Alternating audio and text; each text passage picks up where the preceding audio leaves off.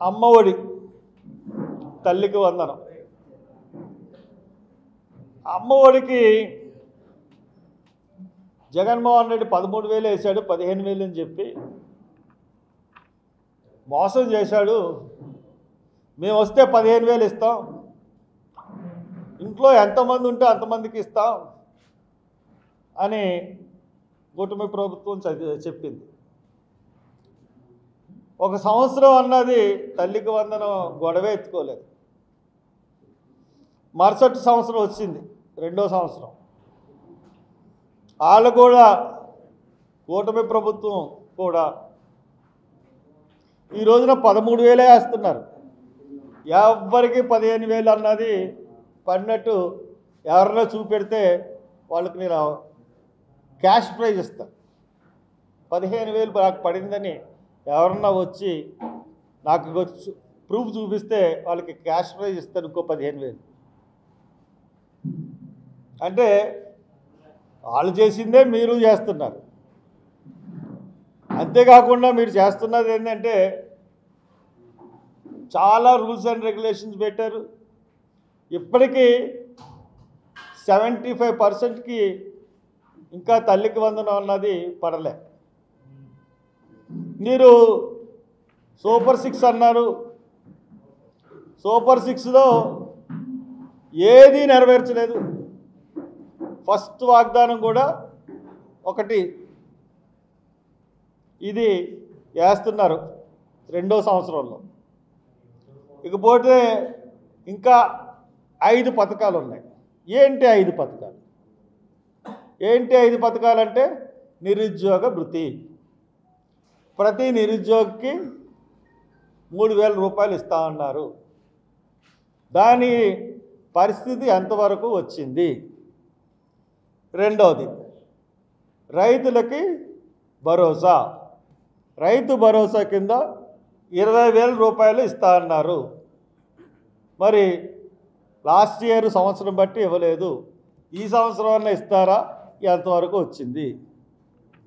మూడోది ప్రతి మహిళకు కూడా 1,500 రూపాయలు మీరు ఇస్తా అన్నారు. ఎంతవరకు వచ్చింది? ఒక్కరికన్నా ఇచ్చారా? ఎప్పటి నుంచి ఈ యొక్క పథకాన్ని మీరు ప్రవేశపెడతారు? నాలుగోది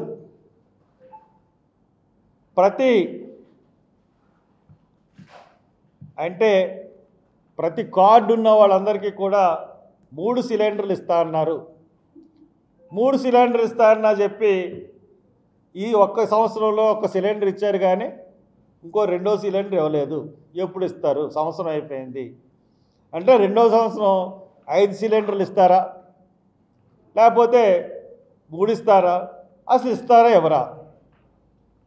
ఇకపోతే ఐదోది వచ్చేటప్పటికి మనం ఉచిత బస్సు పథకం ఆగస్టు 15 నుంచి ప్రవేశపెడతా అన్నారు. అంటే ఒక సంవత్సరం గ్యాప్ తీసుకున్నారు. ఒక్క పథకాన్ని కూడా మొదటి సంవత్సరం ఫుల్ఫిల్ చేయకుండా మీరు దాటవేసి ప్రజల్ని మోసం చేసి మీరు ప్రభుత్వంలోకి వచ్చారు.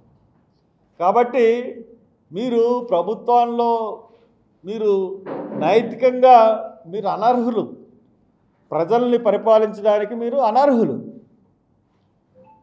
అంతేకాకుండా పోలవరం కంప్లీట్ అవ్వకుండా బనగానపల్లి అని మీరు న్యూసెన్స్ చేస్తూ ఉన్నారు. బనకచర్ల ఏంటి? దీనికి రహస్యం ఏంటి? దీని మీద ఏమైనా కమిషన్లు వస్తున్నాయా ఏంటి?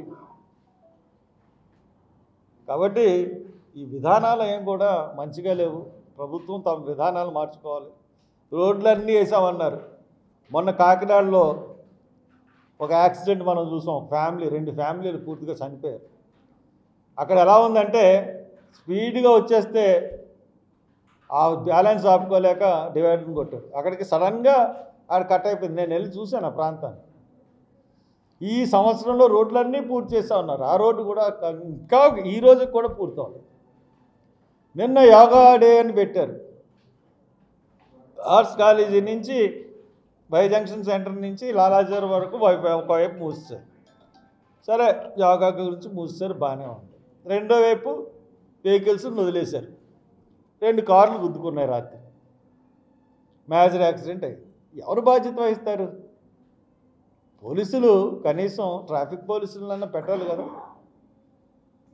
ఈ ప్రభుత్వ విధానం మరి యోగాడే ఎన్ని కోట్లు ఖర్చు పెట్టారో మనకు తెలుసు. ప్రజాధనాన్ని ఈ ఆర్భాటాలకి లేకపోతే మోగుడిని పొగడ్డానికి ఉపయోగిస్తూ ఉన్నారు. మొన్న మోడీ అమరావతి వచ్చినప్పుడు ఒక 5 లక్షల జనం తీసుకొచ్చి భారీగా ప్రజాధనాన్ని దుర్వినియోగం చేశారు. ఈవేళ 5 లక్షల యోగా అని చెప్పి ప్రజాధనాన్ని లూటీ చేస్తూ ఉన్నారు. పోనీ మోడీ మనకు ఏమైనా ఇస్తున్నాడా? 50 రోజులకే ఇన్ని చేయాలా? 50 రోజుల ఎఫెక్ట్ ఎలా ఉంటుందని నాకు అర్థం అవ్వట్లేదు. 50 రోజులకి ఇన్ని పనులు చేసి ఇంత మెప్పు పొందాలా?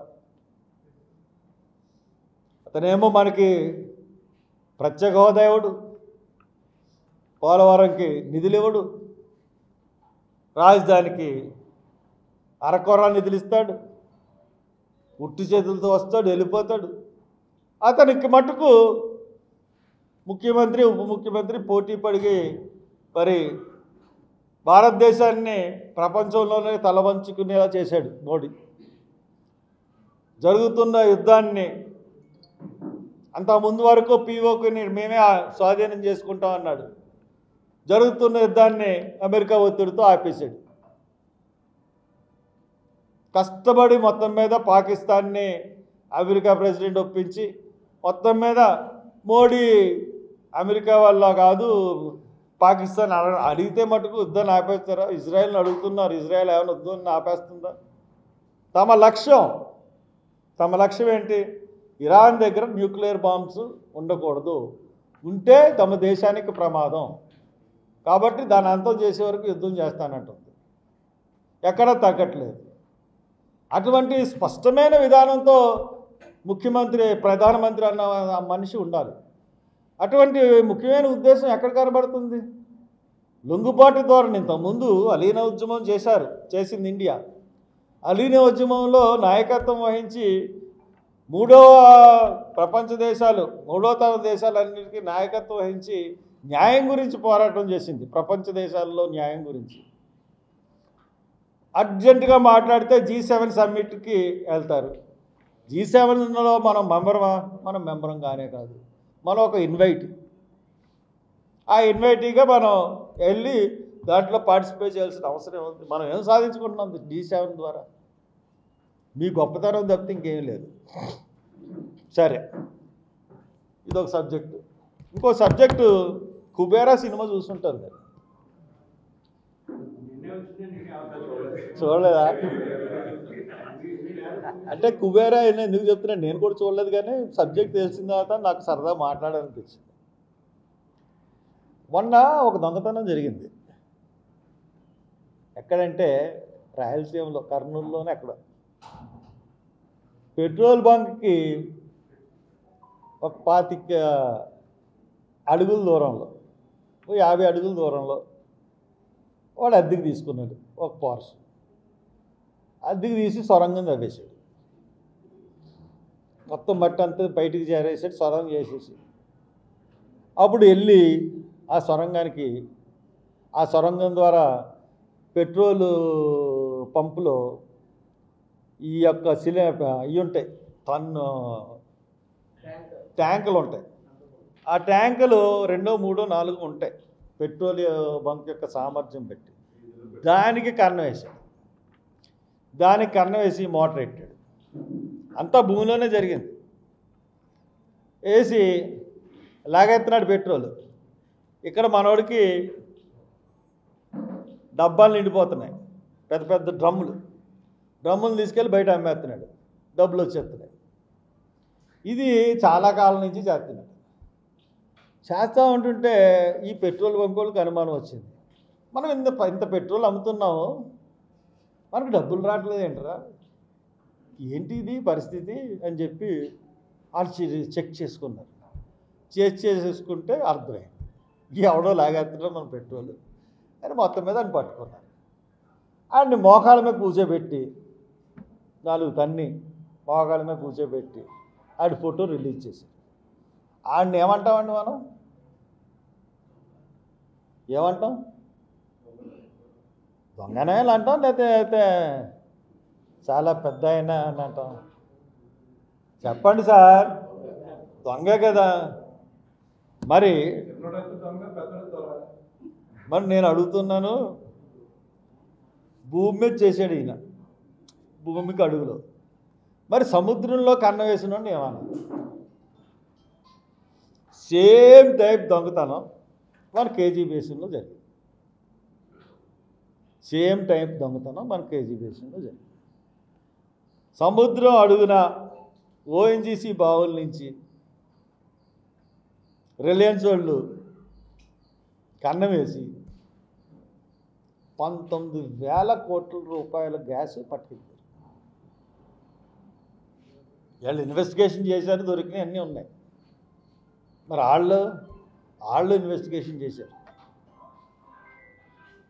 ఎలా చేశారు? సుప్రీంకోర్టు కంప్లైంట్ ఇస్తే సుప్రీంకోర్టు వీళ్ళిద్దరిని పిలిచి అసలు దొంగతనం చేశారు అని అనడానికి ఆధారాలు ఏంటి అని అడిగింది.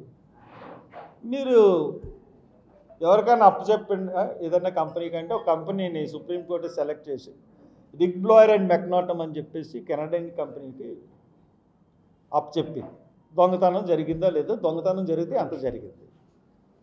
దానికి ఒక 1000 కోట్లు లేకపోతే 1000 కోట్ల ఫీజు ఉంటుంది, తక్కువ ఫీజు ఏముండదు.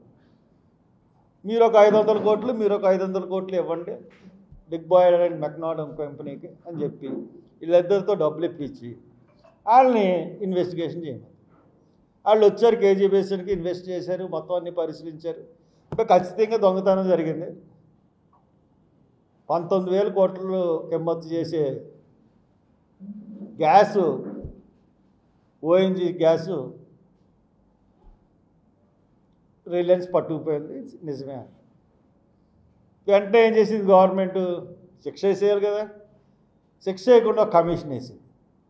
ఇది జరిగిందేమో 2014లో. వరుసగా వెళ్తున్నాయి. అప్పుడు ఏపీ షా కమిటీ అని సుప్రీంకోర్టు సిట్టింగ్ జడ్జిని వేసింది. ఆయన కూడా చేసిన దొంగతనాన్ని తిరిగి డబ్బులు కట్టేయండి అన్నాడు. ఇప్పుడు ఇది కూడా కట్టేస్తే అటు దొంగగా కావడు కదా. మరి మనోడు ముఖేష్ అంబానీ దొంగ అవ్వాలి కదా, దొంగని కోర్టు ముద్ర వేయాలి కదా. వేయకుండా మళ్ళీ కట్టేయమంటే మళ్ళీ మనోడు ఏం చేశాడు? అబ్బాయి నేను ఒక్కడనే లేని కంపెనీలో బ్రిటిష్ ఆయిల్ కార్పొరేషన్ ఉంది కాబట్టి ఇది మన దేశ చట్టాలు మా కంపెనీకి వర్తించవు, బ్రిటిష్ వాళ్ళు కూడా మా కంపెనీలో ఉన్నారు. ఈ కంపెనీ మొదలుపెట్టినప్పుడు ఎవరి ఖనిజ నిక్షేపాలు? భారతదేశం యొక్క ఖనిజ నిక్షేపాలు. నువ్వు పీపీపీ ద్వారా ఎంటర్ అయినప్పుడు నువ్వు ఏ కంపెనీ నీతో లేదు. ఇప్పుడు బ్రిటిష్ ఆయిల్తో నేను ఉన్నానని చెప్పేసి ఇంటర్నేషనల్ కోర్టుకి వెళ్ళాడు. వాళ్ళు ఏం చేశారు? సింగపూర్కి ఆర్బిట్రేషన్ రైట్స్ ఇచ్చి ఈ కేసు తేల్చమన్నారు. ఇది 2 దేశాలు దీంట్లో ఉన్నాయి, 3వ దేశం కెనడా కూడా ఉంది. కాబట్టి భారతదేశ చట్టాలు వర్తించవు కాబట్టి ఇతను కట్టవసరం లేదని చెప్పి తీర్పిచ్చారు. సింగపూర్ అటువంటి తీర్పిస్తుందని నేను అనుకున్నాను. ఉరిగమ్మ ఇది ఎక్కడ గొడవ అని చెప్పేసి అప్పుడు మళ్ళీ హైకోర్టుకి వెళ్ళింది ONGC, Delhi high court nothing doing, మీరు తీసుకున్నదే అని చెప్పి గవర్నమెంట్ డీజీసీఏ ఓఎన్జీసీ కలిపి 2.8 బిలియన్స్ దగ్గర 28,000 కోట్లు కట్టమని ఇచ్చింది. మరి 2014 నుంచి ఇప్పుడు 2025 ఇంట్రెస్ట్ నష్టం ఎన్ని కట్టాలి కదా. మళ్ళీ సుప్రీంకోర్టుకి వెళ్ళాడు. అంటే చట్టాల్లోనే వెసులుబాటుల ద్వారా ఇలాగ తప్పించుకుని వెళ్ళే పరిస్థితి. ఇతని మీద పోలీస్ కేసు పెట్టండి, దొంగ అని చెప్పి పోలీస్ రిపోర్ట్ ఇచ్చాను నేను. ఎక్కడ? కాకినాడ కోరంగి పోలీస్ స్టేషన్ ఇచ్చాను, నా దగ్గర రిసీప్ట్ కూడా ఉంది. మేము కట్టలేమండి, అది ఎక్కడ సముద్రంలో జరిగిందన్న. పోనీ ఆ కోర్టుకి వెళ్ళాలి. కోర్టు అన్నది అబ్బాయి మేము సిబిఐ ఇన్వెస్టిగేట్ చేయాలి, ఇటువంటి వాటిల్లో మాకు సిబిఐని ఆదేశించే అధికారం మా కోర్టుకు లేదని చెప్పేసి కోర్టు తప్పించుకోము. హైకోర్టులో పడేసి ఇంక రాదు అది. అలా ఉంది పరిస్థితి. అంటే కుబేరా సినిమా గురించి మాట్లాడితే మన ఎదురుగుండానే సినిమా చూపించేసారు మనకి రిలయన్స్ వాళ్ళు. బహుశా ప్రపంచంలో అతిపెద్ద దొంగతనం ఇదే. అటువంటిది నేనండి 2016లో ఇచ్చానండి, 2015లో ఇచ్చాను. కావాలని మీకు చూపిస్తాను, కోర్టు అన్ని ఎవ్రీథింగ్.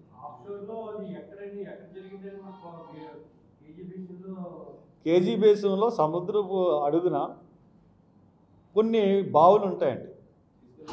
ఆ బావులు అంటే ఎక్స్ట్రాక్ట్ కొన్ని సముదాయాలు ఉంటాయి. కొన్ని సముదాయాలు ఉంటే అది geological survey of India identify చేసింది. ఇక్కడ చమురు వాయువు, సహజ వాయువు చమురు పడతాయి. దాన్ని ఆక్షన్కి వేస్తారు. ఒక్కొక్క బావుని ఆక్షన్కి వేసినప్పుడు కొన్ని రిలయన్స్ పాడుకున్నది, కొన్ని ఓఎన్జీసీ పాడుకున్నది, కొన్ని జిఎస్పిసి కూడా పాడుకుంది. అప్పుడు జిఎస్పిసి ఎన్ని తీసుకున్నది ప్రతి పాడుకున్న వాళ్ళందరికీ ఒకళ్ళు తగిలింది, ఒకళ్ళకి తగలలేదు. మన ఆంధ్ర కూడా పాల్గొన్నాడు, మనకు తగలలేదు. జిఎస్పిసి వాళ్ళకి తగిలింది. వాళ్ళు 5,000 కోట్ల పెట్టుబడితో వాళ్ళు వర్క్ స్టార్ట్ చేసి 5,000లోనూ 0.001% మనకి కార్పొరేట్ రెస్పాన్సిబిలిటీ కింద మనకి సుమారు 42 కోట్లు మనకి కార్పొరేట్ సోషల్ రెస్పాన్సిబిలిటీ కింద ఇచ్చారు. ఈ ఓఎన్జీసీది 45,000 కోట్లు అండి. వీళ్ళు కార్పొరేట్ సోషల్ రెస్పాన్సిబిలిటీ కింద 90 పైసలు ఇవ్వలేదు మనకి. వీళ్ళు 45,000 కోట్లకి 450 కోట్లు సోషల్. చంద్రబాబు గారు ధైర్యం అంటే మీరు వసూలు చేయండి 450 కోట్లు. పోతే ఈ చమురు బావులు ఐడెంటిఫై చేసి మీరు DGCA director general of petroleum corporation వాళ్ళు, డీజీసీఏ అంటే డైరెక్టర్ జనరల్ పెట్రోలియం కార్పొరేషన్, వాళ్ళు ఈ బావుల్ని వేలం వేసినప్పుడు ధీరుభాయ్ అంబానీ బావులని 3 బావులు పడినాయి. ఆ బావుల ద్వారానే ఈ ప్రాజెక్టు భారతదేశంలో అతిపెద్ద పీపీపీ ప్రాజెక్టు 45,000 కోట్లతో ఈ ప్రాజెక్ట్ స్టార్ట్ చేశారు.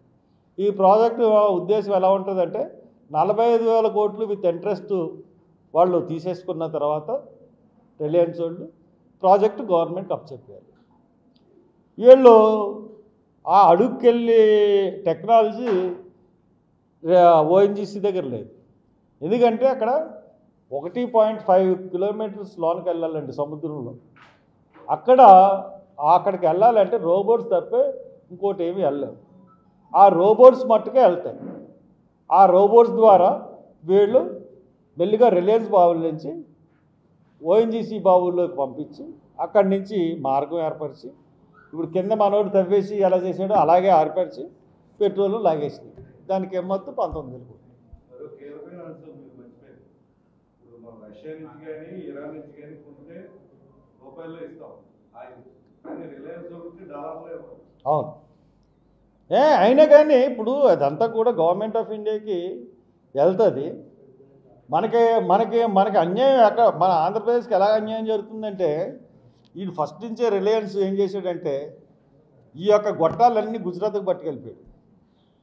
ఎందుకంటే ఫస్ట్ ప్రయారిటీ ఎరువుల కర్మాగారాలకు ఇవ్వాలని చెప్పి ఎరువుల కర్మాగారాలకి ఇవ్వాలన్న నెపంతో ఈ యొక్క గ్యాస్ అంతటినీ పట్టుకెళ్ళిపోయి మన తూర్పుగోదావరి జిల్లాలో ఆంధ్రప్రదేశ్లోనూ పవర్ జనరేషన్ ప్రాజెక్ట్స్ చాలా పెడితే వాటికి గ్యాస్ ఇవ్వకుండా డైరెక్ట్గా తీసుకెళ్ళిపోవడం వల్ల మన ప్రభుత్వం చాలా నష్టపోతుంది. వాళ్ళకి కాంపన్సేషన్ కట్టి ఇలాంటి ఎంతో నష్టపోతున్నాం రిలయన్స్ వల్ల.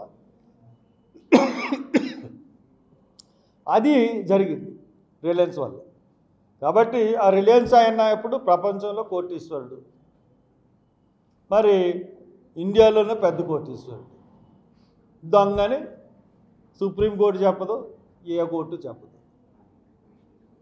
కానీ అతను దొంగ, thief, the biggest thief in earth.